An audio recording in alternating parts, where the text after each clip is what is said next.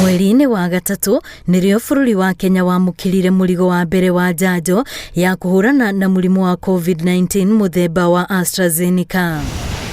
Na gũkinyĩria mũthia wa mweri wa mũgwanja, andũ mirioni 1.7 nĩ marĩkĩtie gũthecwo njanjo ĩno, na harĩ aya andũ mirioni 1,62 nĩo mathecetwo njanjo ya mbere, na waciangi 661 na 314 arĩo mathecetwo njanjo cierĩ.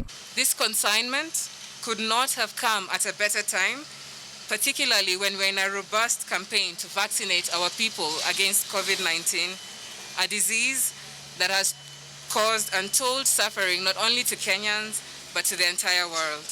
Uheani wa njanjo ĩno ũgĩtanywo gũtwarithio na mbere thutha wa Ministry ya ũgima wa mwĩrĩ kwamũkĩra njanjo 410,000 kuuma kũrĩ thirikari ya Ngeretha. Our efforts have been greatly affected by the supply constraints.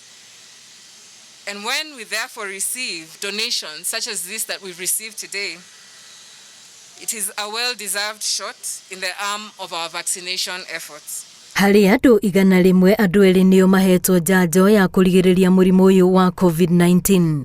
Thirikari ĩgĩthio na mbere na kũhinyĩrĩria andũ metĩkĩre kũheo njanjo nĩguo mĩĩrĩ yao ĩgĩe na ũhoti wa kũhũrana na virus cia mũrimũ ũyũ. And it's important here that we drive a message. We are not only calling on those who are to receive the second dose. We are also receiving those who want to get their first dose of this vaccine. And although this is a major step towards the fight against the virus, the war can best be won through individual and personal responsibility. Bũrũri no wetereire njanjo ingĩ mirioni 1.7 cia Pfizer kuuma bũrũri-inĩ wa Amerika.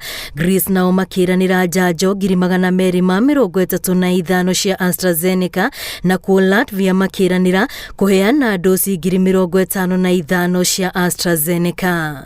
Ngĩribotera Inooro TV, rĩtwa rĩakwa nĩ Wambui wa Macharia.